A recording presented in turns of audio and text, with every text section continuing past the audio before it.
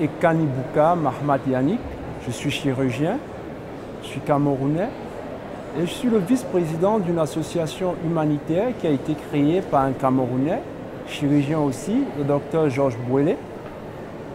Et c'est une association qui a pour mission de lutter contre la pauvreté en apportant aux populations pauvres des zones enclavées de notre pays des soins de santé de qualité, gratuits et des matériels scolaires pour pouvoir lutter de notre façon contre la pauvreté. Donc depuis pratiquement 18 ans déjà, nous arpentons les villages de notre pays pour essayer de soulager, d'apporter du sourire aux populations. Et cela, c'est le temps d'un week-end parce que nous sommes tous des travailleurs de semaine. Et nous allons tous les vendredis et revenons pratiquement les dimanches. Au début, nous le faisions pratiquement une fois par mois, mais depuis 2008, c'est devenu une activité pérenne. Et chemin faisant, nous avons rencontré des hommes et des femmes qui ont cru en ce projet, qui ont cru à cette façon d'agir pour aider les populations. Et au jour d'aujourd'hui, les gens viennent des 4 coins du monde pour nous accompagner dans cette mission.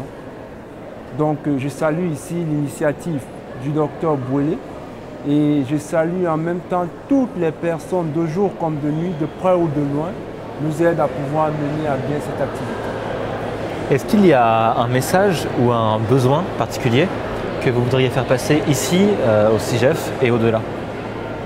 Ce que je dois dire, c'est que notre but, c'est de ne pas exceller dans cette activité, c'est de ne pas être les meilleurs ni les seuls à pouvoir le faire. Notre message, c'est pour que partout dans le monde, qu'il puisse jaillir, germer cette flamme d'aider le prochain. Je pense que si nous faisons de l'être humain le centre de notre univers, le centre de nos activités, ça va nous permettre de lutter contre beaucoup de maux. Nous allons pouvoir nous comprendre et du coup, nous allons éviter beaucoup de choses, les guerres, les conflits, la famine. Et pour pouvoir se comprendre, je crois qu'il faut qu'en face, on ait des personnes qui soient bien éduquées, des personnes qui soient instruites.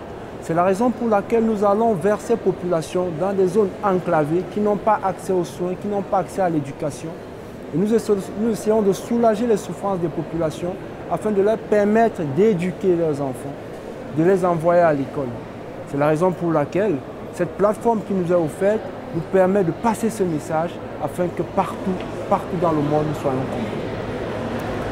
Et quel écho vous trouvez entre votre engagement et Orio?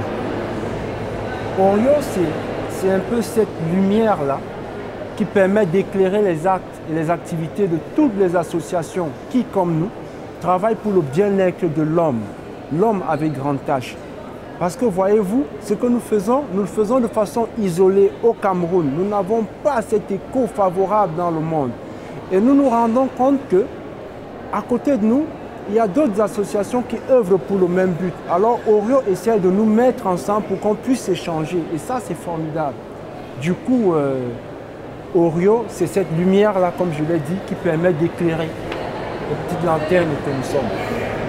Et pour finir, quelques mots sur ce qui vous inspire et ce qui vous pousse à agir.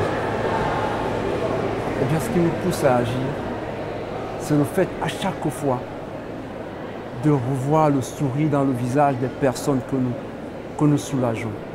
Chaque fois que quelqu'un vous dit merci après une intervention chirurgicale, après une maladie qui terrasse un individu, après avoir apporté un soulagement à un individu, le fait de vous dire merci, eh bien, ça n'a pas de prix. Et c'est ça qui à chaque fois nous donne envie de recommencer et d'aller toujours plus loin.